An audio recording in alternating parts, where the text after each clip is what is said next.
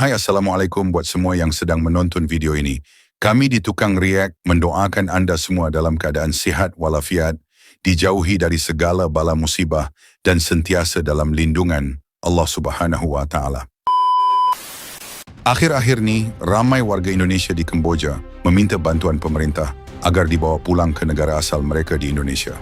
Ada yang berhimpun di Kedutaan Indonesia, ada dah lari dari syarikat yang mereka bekerja kerana pelbagai dakwaan mereka buat seperti disiksa jika tak capai target, diberi sisa makanan dan ramai mendakwa tidak menerima gaji berbulan-bulan.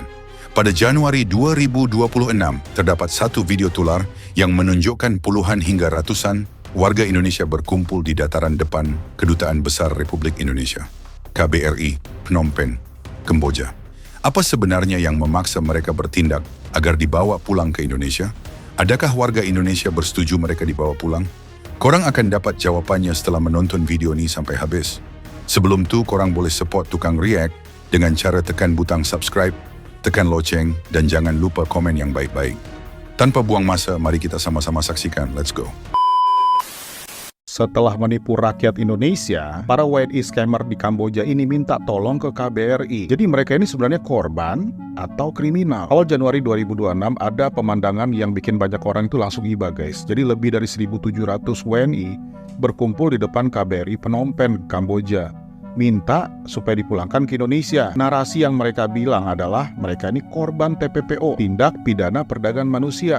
Bahwa mereka disiksa, mereka dijebak. Masalahnya guys, fakta di lapangan itu kok beda ya? Yang sebenarnya terjadi adalah karena pemerintah Kamboja ngegerebek dan membubarkan pusat-pusat operasi penipuan online ini. Nah, begitu operasi ini bubar, para pekerjanya kehilangan segalanya. Kehilangan uang, tempat tinggal, bahkan paspornya ditahan oleh sindikat ini. Akhirnya bertebaranlah mereka di depan KBRI di Phnom Penh. Karena mereka pikir tempat yang paling aman untuk lari adalah KBRI. Nah, sekarang pertanyaannya adalah, apakah mereka ini korban TPPO? Nah, jawaban negara adalah tidak. Duta Besar Republik Indonesia untuk Kamboja menyatakan tegas, 1.726 WNI ini tidak ditemukan indikasi korban tindak pidana perdagangan manusia.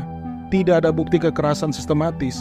Jadi mayoritas dari mereka ini secara sadar datang dan bekerja di industri penipuan online ini. Ini adalah hasil asesmen penilaian dari negara loh. Bahkan nih, OJK itu lebih keras lagi loh. Ketua OJK menyebutkan kalau mereka ini adalah pelaku kejahatan finansial lintas negara. Mereka ini bukan korban. Targetnya jelas adalah rakyat Indonesia sendiri.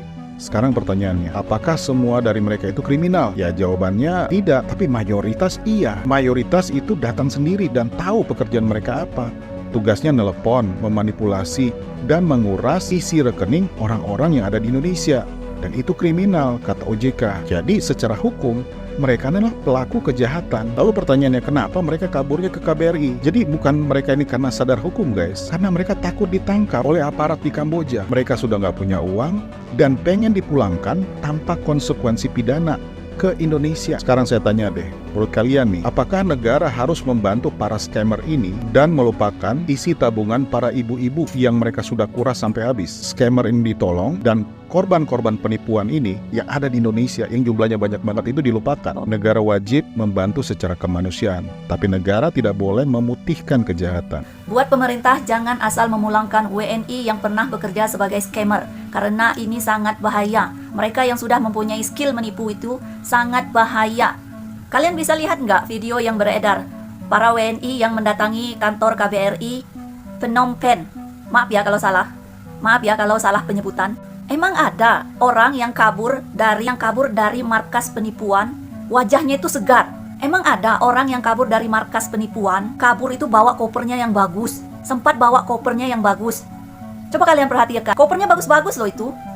Emang sempat gitu, kabur dari markas penipuan tuh, sempat bawa koper atau sempat beli koper yang bagus gitu. Dan raut wajah mereka juga nggak ada kayak tertekan gitu. Di raut wajah mereka itu nggak ada rasa gelisah atau tertekan gitu, atau rasa ketakutan gitu, nggak ada.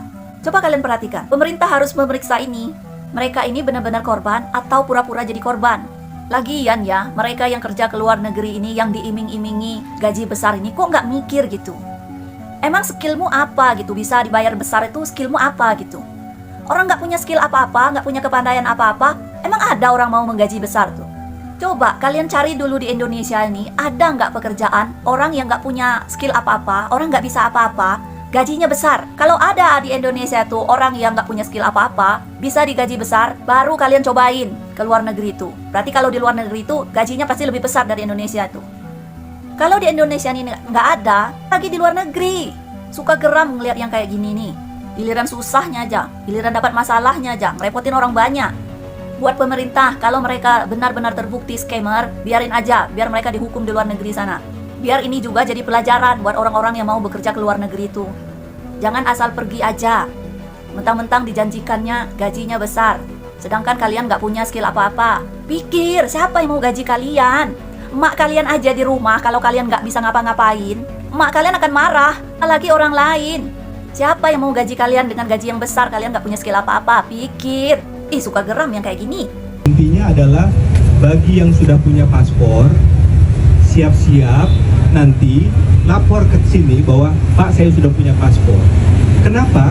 Kalian takut harus bayar denda overstay kan? Ya. Kita sedang negosiasikan supaya tidak usah bayar denda overstay.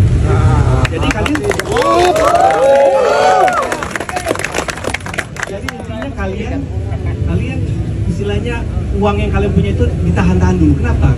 Ketika nanti dari kepolisian, dari keimigrasian bilang daftar yang ini sudah bisa pulang tanpa bayar overstay, kalian tinggal beli tiket saja. Ya kan? Permasalahan, ya ada yang bilang permasalahannya Pak tiket gimana? Teman-teman, ya. Kalian di sini ada jumlahnya berapa orang ya? 100 orang, ya kan? Kalian 100 orang itu, ya, yang 1.800 lainnya punya uang untuk beli tiket dari berbagai macam cara. Ada yang minta dengan keluarganya, ada yang minta itu, tapi intinya mereka berhasil mencari cara untuk mendapatkan dana untuk pulang dengan tiket. Saya rasa teman-teman juga sama pandainya untuk mencari itu juga, ya. Jadi intinya coba cari. Tapi kalau misalnya uang yang udah dapat jangan dipakai untuk yang lain-lain dong, ya. Jadi yang pertama itu kontak sama keluarga. Bagi teman-teman yang nggak punya HP, pinjamkanlah ke temannya sebelah itu. Salinglah bantu-membantu. Tapi antara sekarang sampai nanti memang harus mencari penginapan. Pak, kalau yang tidak ada mampu gimana Pak? Ya. Yang lain juga nggak mampu, tapi mereka mencari jalannya Pak. Ya kalau dari saya nggak dapat itu yang bingung Pak. Sudah dicoba? Udah Pak. Udah Pak. Ngapain kami di sini Pak? Ada kami miskin Pak. Ada kami miskin Pak. Miskin Pak. Miskin Pak. Sekali lagi coba Pak. Kayaknya drama scammer Kamboja udah memasuki part akhir deh. Kalian lihat ya, ribuan orang yang dulunya disuruh jadi admin scam berhamburan ninggalin Kamboja. Jadi, Perdana Menteri Kamboja Hun Manet ngamuk dan ngasih instruksi keras buat ngeberesin semua industri gelap kejahatan cyber di sana secara total. Para bos-bos manajemen scammer akhirnya mutusin buat ngelepasin para pekerjanya gitu aja biar aman dari proses hukum. Nah, yang bikin nyesek ternyata banyak banget korban yang statusnya WNI. Bayangin cuma dalam waktu 4 hari dari tanggal 16 sampai 19 Januari kemarin ada 911 WNI yang lari ke KBRI buat minta perlindungan.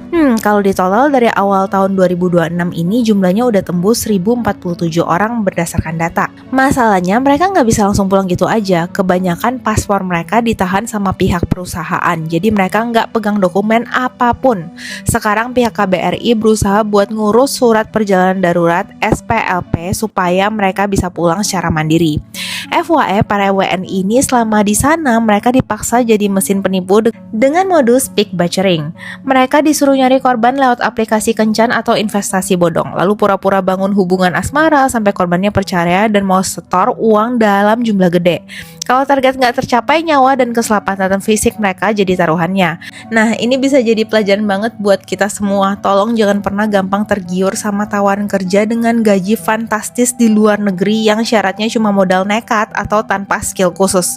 Jangan sampai iming-iming dolar bikin kalian kayak terhipnotis gitu loh. Jangan lupa ngecek legalitas perusahaannya. Please sayangin diri kalian dan keluarga yang nunggu di rumah. Selalu double check apalagi kalau kalian ingin kerja di luar negeri. Warahmatullahi wabarakatuh. Saya atas nama Andri Budi Sanjaya.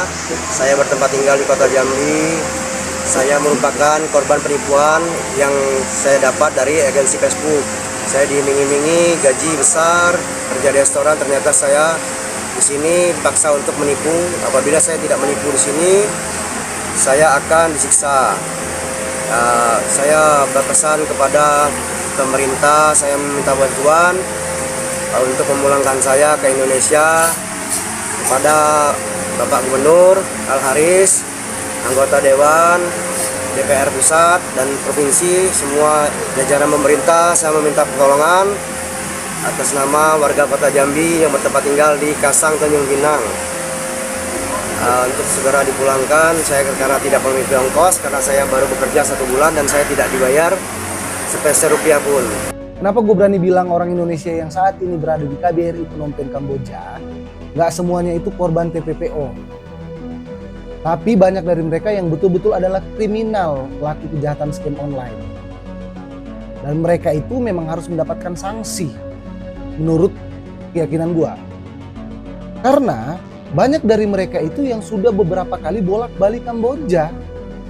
Bagaimana kita menempatkan diri mereka korban, sedangkan mereka sudah menyadari apa yang mereka lakukan. Oke, kita kasih pengecualian untuk yang baru pertama kali berangkat. Dan dia mengaku tidak mengetahui sebelumnya pekerjaan apa yang akan dia lakukan. Banyak kan alasan seperti itu. Pak, Bu, saya tidak tahu. Saya ditawari pekerjaan di resto. Sesampainya di sini, di Kamboja, saya dijual ke perusahaan scam. Tapi untuk orang-orang yang sudah pergi pulang, itu apa? Berarti dia benar-benar menyadari apa yang dia lakukan. Gitu loh. Jadi, banyak juga yang berkomentar. Itu kan mereka lakukan untuk keluarga mereka yang ada di rumah. Come on. Menurut saya itu nggak bisa dijadikan alasan untuk melakukan kejahatan. Karena sanak saudara keluarga mereka di Indonesia sudah menanti. Jangan dengan terhambatnya seperti ini, mereka mengalami kendala yang kalian tahan di sini. Banyak keluarga di sana meninggal dunia karena menunggu kedatangan kami di sini. Bahkan orang tua mereka pun ada yang operasi, ingin meminta biaya dari mereka. Kenapa kami harus meminta biaya dari Indonesia? Karena kami di sini bekerja buat mereka, Pak. Apabila kami keluarkan uang yang kalian minta untuk SPLP ataupun biaya tiket pesawat, itu kami tidak punya, Pak. Seharusnya uang yang kami miliki itu bisa jadi buat keluarga di Indonesia walaupun hanya dengan 100.000 rupiah. Jadi kami dengan hati nurani kami, Pak, bantu kami, Pak, pulangkan kami ke Indonesia. WNI yang di Kamboja itu sebenarnya harus dimatiin aja semuanya, ya. Cepurin ke laut. Kalian udah terbukti, ya, lakukan kejahatan scam di Indonesia, menguras semua harta warga Indonesia, banyak korban di Indonesia. Terus dia minta perlindungan ke KBRI, tembakin semua. Seharusnya negara juga tahu berapa banyak kerugian masyarakat Indonesia yang kena ulah mereka itu. Jangan sok-sokan pergi lewat perahu, lewat kapal laut, cebur-ceburin semua. Ngapain dipulang-pulangin ke Indonesia? Bikin sampah doang dia juga. Berapa banyak orang-orang di Indonesia menjadi korbannya. Berapa banyak orang-orang yang bunuh diri akibat scam kayak mereka. Udah sindikat kejahatan yang nyuri duit negara Indonesia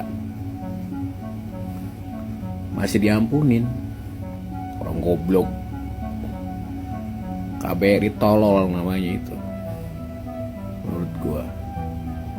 Emang manusia ini kan juga manusia, warga Indonesia.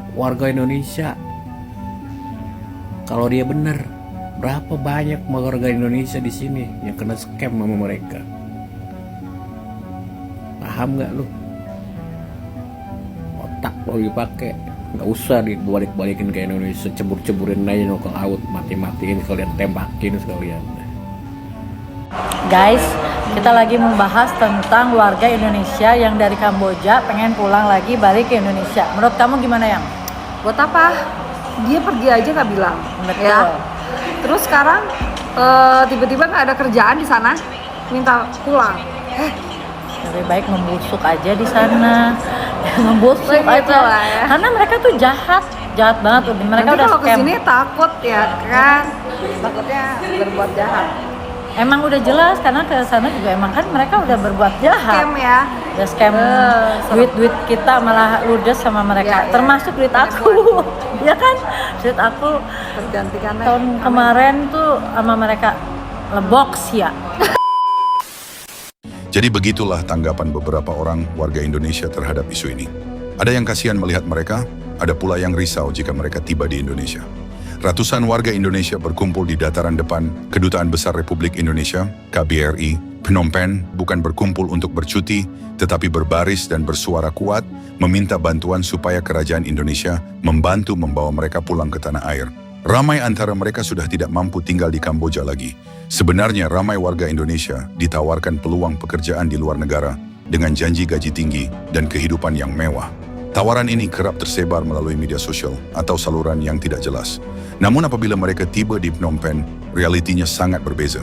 Ramai akhirnya terlibat dalam sindiket penipuan dalam talian, di mana mereka diminta menjadi scammer secara langsung atau tidak langsung menipu orang awam untuk mendapatkan uang.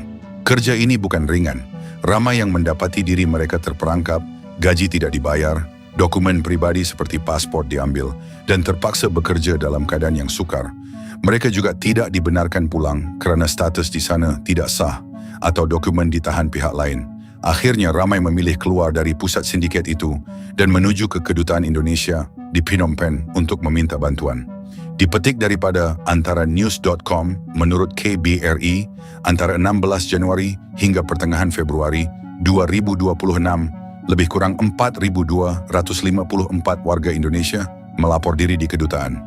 Dari jumlah itu, 2.007 orang mendapat kemudahan pengurangan denda imigresen oleh kerajaan Kamboja, manakala hampir 1.000 membeli tiket pulang sendiri secara berperingkat. Kerajaan Indonesia melalui Kementerian Luar Negeri dan KBRI Phnom Penh turun tangan. Mereka tidak hanya menerima laporan, tetapi juga mengadakan rundingan dengan pihak berkuasa Kamboja supaya denda imigresen dan penalti dapat dikurangkan atau dikecualikan, menjadikan proses pulang lebih mudah. Surat perjalanan sementara juga diberikan kepada mereka yang tidak lagi memegang paspor supaya mereka dapat pulang dengan selamat. Dalam pertemuan di hadapan kedutaan, intinya jelas, mereka mahu pulang ke rumah. Walaupun sebahagian mengaku terlibat secara langsung dalam penipuan dalam talian, kerajaan tetap memberikan bantuan demi keselamatan dan hak asasi mereka supaya urusan pulang berjalan lancar. Namun begitu, tidak semua dianggap sebagai mangsa.